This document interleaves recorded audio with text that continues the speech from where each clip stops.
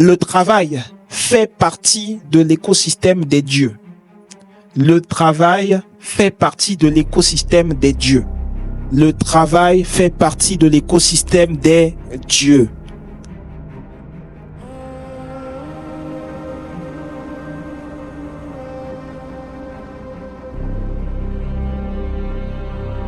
Dans l'écosystème des dieux ou l'écosystème divin, la culture principale, c'est la culture du travail.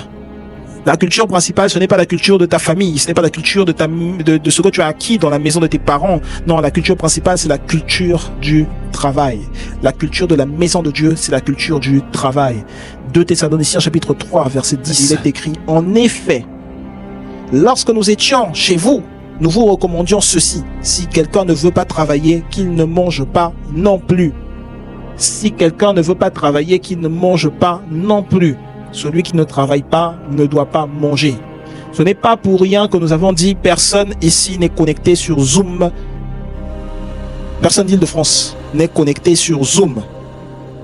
Tu dois travailler. Ça, si quelqu'un t'autorise à te connecter sur Zoom parce que tu as eu un problème à la maison, cette personne-là est en train de t'induire en erreur parce que tu n'as pas travaillé. Si quelqu'un t'autorise à te connecter sur Zoom parce que tu as eu un problème quelque part, un problème de famille, quelqu'un était malade, quelqu'un a fait ceci, quelqu'un a fait cela. Nous venons à l'église, nous avons des gens malades. Nous venons à l'église, nous avons des gens qui ont des problèmes. Nous venons à l'église. La culture de ce qui concerne le royaume de Dieu, la culture de l'écosystème des dieux, c'est la culture du travail. Nous nous déplaçons parce que nous aimons Dieu. Ce n'est pas que « Ah, mais je ne peux pas, ceci, cela ». Nous nous déplaçons parce que nous aimons Dieu. Revenons à ce qui est fait de manière générale. Si tu n'as pas pu te déplacer, appelle ton frère après le culte, appelle ton frère, appelle ta soeur, demande-lui ses notes de culte. Et tu vas prier avec les notes du culte. Point. Il n'y a rien d'autre à chercher. Et le jour où il y aura des rediffusions, tu pourras suivre la rediffusion si tu as envie de suivre la rediffusion. Sinon, tu viendras à l'église et le Saint-Esprit te touchera. Tu n'auras pas besoin de la rediffusion. C'est comme ça que ça se passe. Donc, quiconque est en Île-de-France pour une quelconque raison, on t'a autorisé à te connecter, personne ne t'a rendu service. Tu te dis qu'à partir du moment où même tu t'es connecté, tu t'es même déjà exclu de l'écosystème des dieux. L'écosystème des dieux ne s'acquiert pas en trichant. Quelle que soit la bonne raison que tu as, ça ne s'acquiert pas en trichant. Nous avons ici la culture du travail. Proverbe chapitre 14, verset 23. Tout travail procure un profit, mais les paroles en l'air ne mènent qu'à la misère. Tout travail procure un profit, mais les paroles en l'air ne mènent qu'à la misère. Recherche de travail, ne recherche pas les paroles en l'air. Recherche de travail, ne recherche pas les paroles en l'air. Si Philippe Simo t'a emmené dans les paroles en l'air, quitte les paroles en l'air, va rechercher le travail. Si un tel, quelqu'un d'autre, hein, il n'y a pas que, enfin, il n'est pas mauvais. Voilà. Si quelqu'un d'autre aussi t'a emmené dans les paroles en l'air, recherche le travail. Tu dois rechercher le travail. Tu dois le rechercher dès le matin. Tu ne dois pas rechercher le travail le soir. Dès le matin, tu cherches le travail. Dans Genèse 49 au verset 27, il est écrit: Benjamin est un loup qui déchire. Le matin, il dévore la proie et le soir, il partage le butin. Amen. Benjamin, c'est le plus, bien-aimé Benjamin, c'est le plus jeune fils de Jacob. Parmi les 12, c'est le plus jeune. On dit que dès le matin, il dévore sa proie. Et le soir, il partage le butin. Mon bien-aimé, dans ta jeunesse, tu dois travailler. Le matin, quand on est jeune, on se donne le moyen de disposer d'un maximum de proie. On doit chasser un maximum de proie. Le matin, tu dois te lever. Le matin, ce n'est pas fait pour que tu traînes sur ton lit. Le matin, il est fait pour que tu te lèves, tu organises totalement ta journée et tu effectues les tâches. Tu continues donc dès le matin, tu effectues toutes les tâches que tu dois faire. Et le soir, tu vas partager le butin. Le soir, donc, tu vas te reposer. Il n'y a pas de problème à s'endormir le soir à 20h. Ne te dis pas que c'est pour des vieux. Non. C'est parce que le matin, tu te lèves tôt, tu vas faire les choses que tu as à faire. Pendant que tu es jeune, lève-toi le matin et travaille. Ainsi, tu agis réellement comme faisant partie de l'écosystème des dieux. Dieu a reproché à Job de ne pas se lever le matin, de ne pas avoir commandé au matin. Tu as dit, qui est donc cet incirconcis, qui a cet orgueilleux là, celui qui a assombri mes desseins, obscurci mes desseins. Dieu a dit, quand as-tu commandé au matin? Dieu a dit à Job, le matin tu dormais, le matin tu ronflais, tu avais un gros ventre. Je ne sais pas si vous avez déjà vu tous les dessins animés qui parlent de Job là. En général, on lui montre, il est gros, il a un gros ventre, il a des gros joues. C'est-à-dire que c'était un bon PDG. Le gars, vraiment, tous les PDG là, tu vois comment leur ventre s'épaissit de jour en jour. Dieu a reproché à Job de ne pas se lever le matin, de ne pas aller travailler. Le matin, que fais-tu? Qu'est-ce que tu fais? Tu mon bien-aimé, tu dois développer tes talents, développer tes compétences. Tu dois accroître les capacités que Dieu a déposées en toi. Dans la vie, rien ne s'accroît seul. Quand on attend que la chose s'accroît seule, la chose ne va pas s'accroître. Bien au contraire, la chose va décroître. Quand on se dit, oui, on va voir comment ça va se passer, non. Ça va mal se passer. Il n'y a pas de, on va voir, tout doit être fait, tout doit être accru, tout doit être travaillé, tout doit être exécuté avant le moment précis, avant l'instant où on attend que la chose soit déployée. Rien ne s'accroît seul.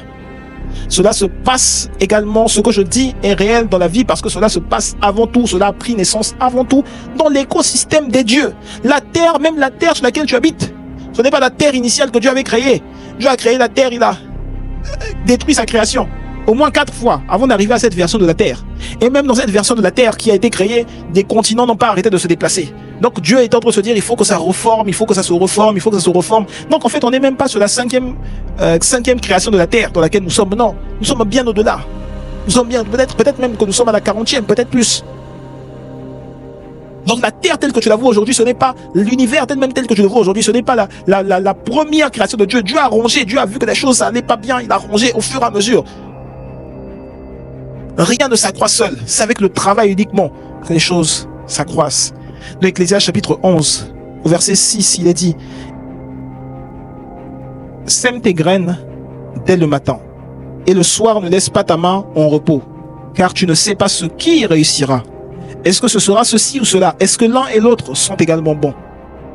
Bien aimé, la semence ne grandit pas seule. Dans l'écosystème du travail, rien ne grandit seul. La semence grandit quand tu la travailles. Personne ne viendra faire grandir ta semence à ta place. Personne. Personne. Si toi tu te dis que quand tu viens à l'église, le prophète va faire grandir ta semence, non. Personne ne le fera à ta place. Personne. C'est toi qui la feras. Moi, j'ai ma propre vie. Dans ma vie, c'est moi qui travaille d'ailleurs pour me rendre riche. Je ne reçois pas d'argent de qui que ce soit. C'est moi-même qui travaille pour que mon quotidien soit agréable. C'est moi qui le fais.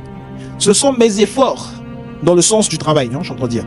Ce sont mes efforts dans ce sens-là qui rendent la chose, ma vie, agréable dans le sens où je la trouve peut-être agréable aujourd'hui, mais peut-être qu'ils vont aussi la rendre encore plus agréable dans le sens où je veux qu'elle soit agréable demain. Ou même dans le sens où Dieu veut qu'elle soit agréable demain. C'est d'abord moi qui le fera. Si ce n'était pas moi qui le ferais, si c'était Dieu qui la ferait, tu n'aurais pas besoin de semer. La semence ne grandit pas seule. Personne ne viendra faire grandir ta semence à ta place. Personne. Les footballeurs que tu vois là, quand tu les vois à la télé, tu vois le succès qu'ils ont. Les footballeurs, tu t'imagines, c'est depuis l'enfance qu'ils sont en train de s'entraîner, de jouer au foot, depuis l'enfance. Quand tu les vois à 20 ans, ils gagnent des millions d'euros et plus. Depuis l'enfance, ils sont en train de faire ça. Depuis l'enfance, ils s'entraînent. Depuis l'enfance, ils ont un régime strict. Toi, tu n'as pas de régime strict. Quand tu vas à l'école, là, tu n'as pas de régime strict. Aujourd'hui, tu décides d'étudier. Demain, tu décides de ne pas d'étudier. Chaque jour, tu peux choisir toi-même quel est le bon jour, à quel moment tu arriveras à faire, enfin, tu voudras faire la chose qui te donnera du succès. Alors que des footballeurs, ils ne choisissent pas. C'est à tout instant, ils doivent faire la chose qui leur donnera du succès. L'entraînement emmène à être profitable. L'entraînement emmène à réussir. L'entraînement amène à être profitable, l'entraînement amène à réussir. Ça, c'est un principe important de l'écosystème divin. C'est un principe important de l'écosystème divin. En fait, si on va dans Néhémie chapitre 2, verset 10. Et quand Sambala le Horonite et Tobija le serviteur ammonite l'apprirent, ils furent très mécontents de ce qu'un homme soit venu pour chercher le bien des fils d'Israël. De ce qu'un homme soit venu pour rechercher le gain des fils d'Israël. En fait, Néhémie avait une tâche donc qui d'ailleurs n'était pas facile, parce que le verset 10 nous apprend qu'à différentes reprises, nous avons eu, ou du moins Néhémie a eu en face de lui des adversaires. Néhémie a eu en face de lui des adversaires. Plusieurs adversaires. Néhémie a eu en face de lui plusieurs adversaires. Et en fait, la Bible nous dit au verset 20, dans Néhémie chapitre 2 au verset 20, la Bible nous dit que le Dieu des cieux, le Dieu du ciel, nous donnera le succès. Et nous, ses serviteurs, nous allons nous lever pour nous mettre au travail. Nous, ses serviteurs, nous allons nous lever et nous mettre au travail. En fait, si le Dieu des cieux donne le succès, et ensuite nous, ses serviteurs, nous nous levons pour nous mettre au travail, ça veut dire que selon Dieu, en fait, le succès que Dieu donne nous mène sur la voie du travail. En fait, selon Dieu, le travail ne mène pas sur la voie du succès. Selon Dieu, le succès nous mène sur la voie du travail. Autrement dit, si j'ai du succès en Dieu, le succès en question, c'est une marque, une exposition pour travailler encore plus, pour travailler encore mieux. La tâche de Néhémie, je l'ai dit, mon bien-aimé, n'a pas été facile, elle n'a pas été simple. La tâche de Néhémie, parmi toutes les personnes, tout le contexte dans lequel il était, c'était un contexte qui n'était pas profitable à Néhémie. C'était un contexte difficile. Peut-être que Dieu t'envoie travailler dans un environnement difficile. Peut-être que Dieu t'a même fait naître dans un environnement difficile. Mais Dieu t'a fait naître dans un environnement difficile pour que tu aies du succès et que ce succès t'emmène au travail. Beaucoup d'entre nous aujourd'hui, quand nous sommes dans un environnement difficile, nous n'arrêtons pas de dire oui, cet environnement, c'est pas un environnement vivable. Cette famille-là, c'est pas une famille vivable. Cet environnement, c'est pas un environnement qui nous fait croître. Cet environnement, c'est un environnement qui nous rend down. C'est un environnement qui nous rabaisse. N'arrêtons pas de critiquer l'environnement, alors que derrière l'environnement que Dieu nous a donné, Dieu nous donne une opportunité. Ce n'est pas le regard que tu portes sur l'environnement qui changera ta situation. C'est la manière dont tu vas réagir, la manière dont tu vas agir, t'adapter, te comporter dans cet environnement qui semble complexe, dans cet environnement qui est difficile, dans cet environnement qui est, comme on dit chez nous les jeunes, on dit un environnement toxique. La manière dont tu vas te comporter. Dieu a dit, le poison ne te fera point de mal. Toi, tu es en train de regarder la toxicité de l'environnement. Mais Dieu a dit, le poison ne te fera pas de mal. Tu boiras un breuvage mortel. Il ne te sera fait aucun mal. Dans cet environnement toxique-là, Dieu veut t'accorder le succès. Le succès va t'emmener sur la voie du travail. Je ne t'ai pas entendu dire amen à cela. Le succès est possible. Le succès est accessible. Le succès est réalisable. Le succès est accessible. Le succès est réalisable. Donc, dans l'écosystème de Dieu, le travail est même drainé par le succès. Le travail est drainé par le succès. Et je vais parler juste pendant 6 peut-être minutes de l'écosystème du succès. Très rapidement, c'est le 4e élément. L'écosystème du succès. Le Dieu des cieux emmène sur la voie du succès. C'est ce qu'il a dit, c'est ce qui a été dit dans le livre de Néhémie. Le Dieu des cieux emmène sur la voie du succès. Vous savez, quand le Dieu des cieux emmène sur la voie du succès, il y a sur la voie du succès un certain niveau d'exposition. Il y a des choses qui sont peut-être difficiles à rattraper. Il y a des hommes de Dieu qui se sont trompés dans leur perception, ils se sont trompés alors qu'ils sont justement des hommes de Dieu à succès. Ils sont des hommes de Dieu à succès, ils se sont trompés dans leur exposition, ils se sont trompés dans leur jugement, ils se sont trompés dans ce qu'ils ont dit, ils se sont trompés dans ce qu'ils ont fait, ils se sont trompés en disant des choses qui n'étaient pas acceptables, des choses dont ils sont même pour lesquelles ils sont en train de réaliser aujourd'hui que c'était pas du tout acceptable de dire ces choses. Des hommes de Dieu qui se retrouvent dans des circonstances où ce qu'ils ont fait peut-être il y a 2 ans, ils se disent mais en fait waouh, peut-être même qu'aujourd'hui je serais mort à cause de ce que moi j'ai dit. Mais en fait, même quand ils se trompent dans leur choix, Dieu les emmène chaque jour un peu plus sur la route du travail qui va faire prolonger ou perpétuer leur succès. Sur la route du travail qui va prolonger ou perpétuer leur succès. C'est parfois la route du travail qui prolonge et perpétue le succès. C'est une route qui est longue, qui est compliquée.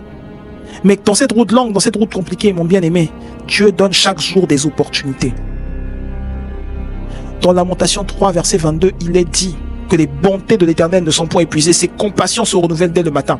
Dès le matin, Dieu donne des opportunités. Dès le matin, Dieu te donne des opportunités. Dès le matin. Le mot compassion vient du mot rakam. Rakam signifie miséricorde.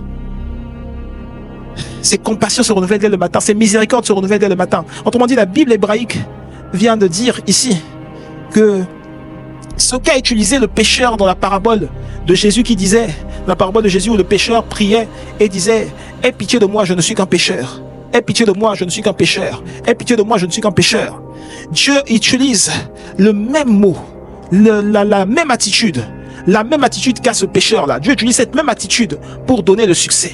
Est-ce qu'il y a quelqu'un ici qui est disposé à vivre le succès selon Dieu? Est-ce qu'il y a une personne ici au son de ma voix qui est disposée à vivre le succès selon Dieu?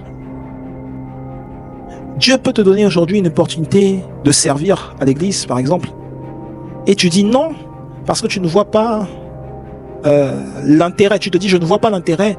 J'ai moi-même un objectif de vie. J'ai un domaine d'activité dans lequel je veux exercer.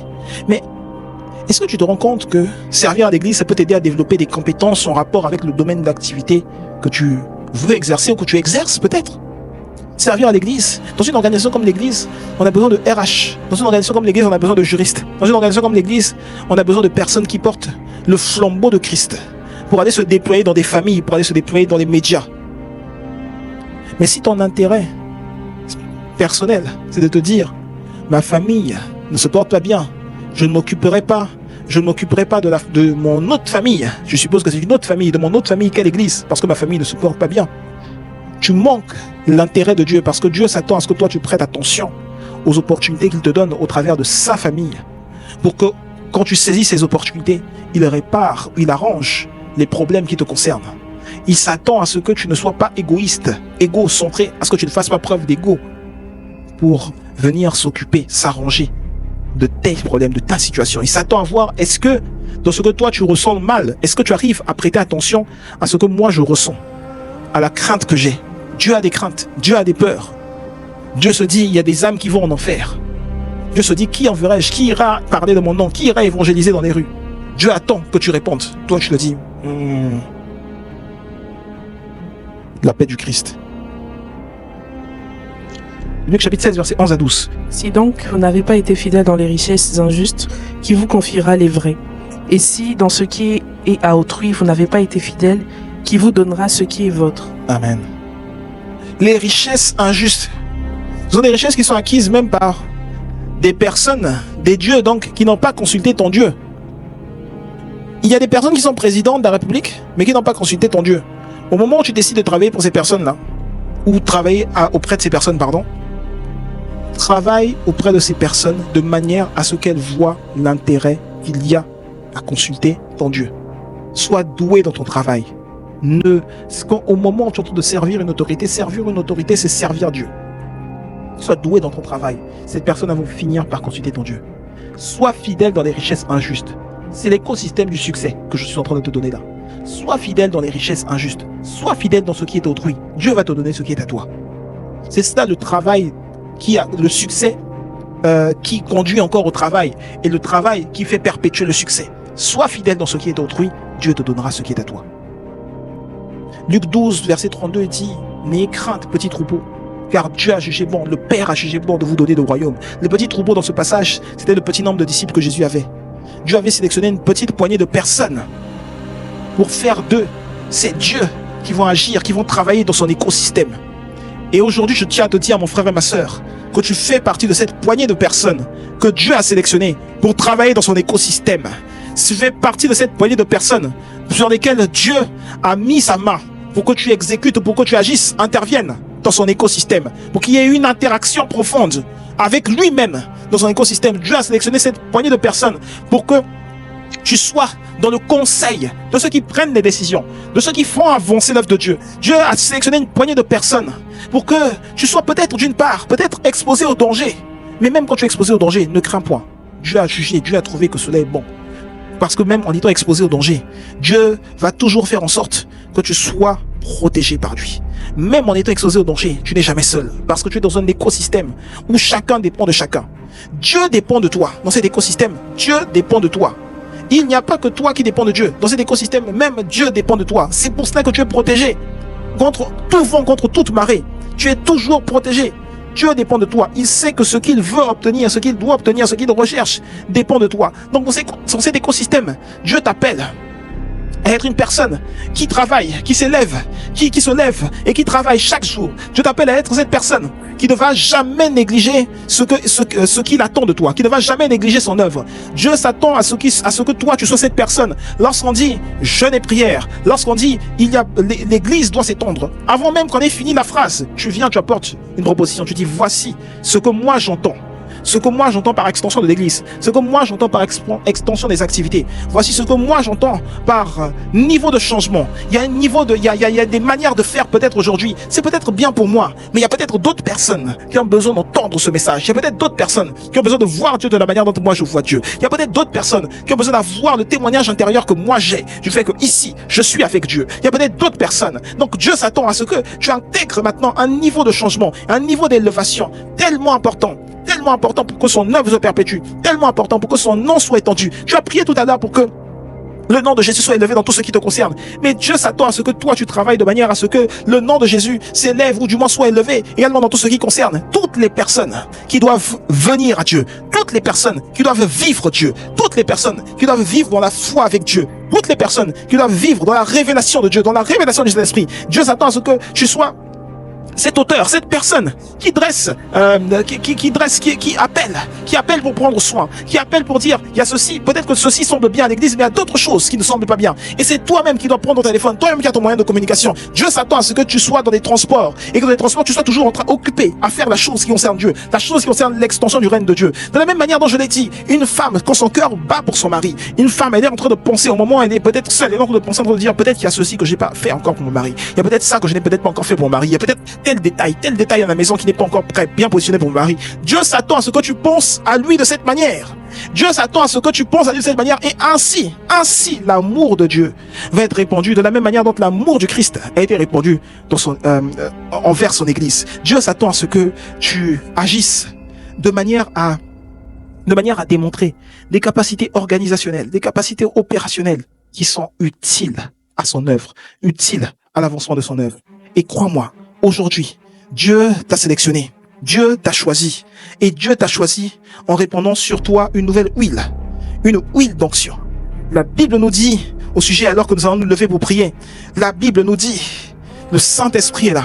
La Bible nous dit dans Hébreux 1 verset 9, Dieu s'adresse à Dieu, et Dieu dit à Dieu, ne crains point, ou plutôt Dieu dit à Dieu, excusez-moi, ô Dieu, ton Dieu t'a oint d'une huile de joie. Oh Dieu, ton Dieu t'a oint d'une huile de joie. Dans l'écosystème de Dieu, il y a une huile de joie. Dans l'écosystème de Dieu, il y a l'onction. Si tu as été oint, c'est qu'on parle d'onction. Hébreux 1 verset 9. Oh Dieu, ton Dieu t'a oint d'une huile de joie. Au-dessus de tes semblables.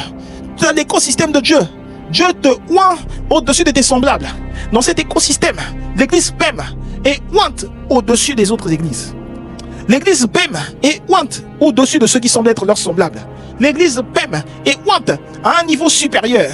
Devant Dieu, le regard que Dieu va avoir de cette église sera différent du regard qu'il va avoir d'ailleurs d'autres églises, sera différent du regard qu'il va avoir d'autres personnes instituées, placées dans d'autres églises. Le regard de Dieu, c'est un regard de croissance. Et j'en appelle maintenant à la croissance divine à l'intérieur de toi.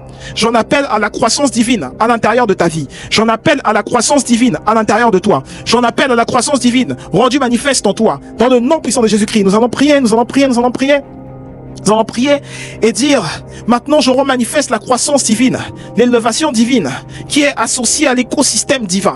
Je remanifeste l'élévation divine associée à l'écosystème divin. Si ce qui bloquait l'élévation divine c'était la maladie, je remanifeste cette élévation divine, et ce qui bloque cette élévation divine est banni. Si ce qui bloquait cette maladie c'était la pauvreté, je remanifeste cette élévation divine et la pauvreté est bannie. Si ce qui bloquait cette élévation divine c'était l'insuffisance, je remanifeste l'élévation divine et l'insuffisance est bannie. L'insuffisance est chassée. L'insuffisance est renversée. Les insuffisances sont renversées. Que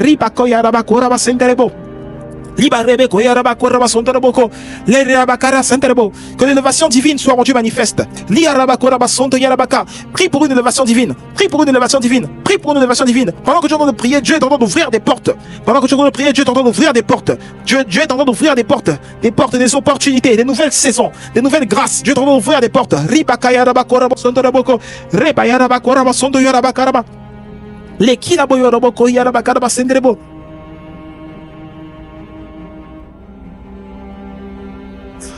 La yarabako rabasendere yarabako rabasondori yarabako ribako kayarabako rabasanebo. Jésus rend manifeste l'élévation divine. Jésus rend manifeste l'élévation divine. Jésus rend manifeste l'élévation divine. Prie pour une élévation divine conséquente. Prie pour une élévation divine conséquente. Ribako yarabako rabasendereboko libaribeko rabasenderebo. Seigneur, entends nos prières. Seigneur, entends nos supplications. Que ces prières ne soient pas vaines. Que ces supplications ne soient pas vaines. Entends nos prières, entends nos supplications. Ribaka rabasondori yarabako. Le yarabako rabasenderebo ribako rabasenderebo. Tu lèves tes mains et tu pries. Tu lèves tes mains et tu pries. Et tu demandes au Seigneur une élévation divine certaine. Une élévation divine conséquente. Une élévation divine certaine. Une élévation divine conséquente. Seigneur, entends mes cris. Entends mes supplications. S'il y avait des blocages. S'il y avait des blocages concernant l'élévation divine. S'il y avait des blocages. Et que ces blocages, ces résistances, ça peut peut-être, ça peut incertitude. Ces blocages, ces résistances, ça peut rancœur. Maintenant, je déclare. Je décrète. Ces blocages sont renversés. Je prie pour une élévation divine. Je prie pour une élévation divine conséquente. Cela est réel pour moi. Cela est réel pour tous ceux qui portent mon nom. Je prie pour une élévation divine conséquente. Elle ne se fera pas à moitié. Elle ne se fera pas à moitié. Elle sera concrète, elle sera totale. Elle ne se fera pas à moitié. Elle sera concrète, elle sera totale. Je prie pour une élévation divine conséquente.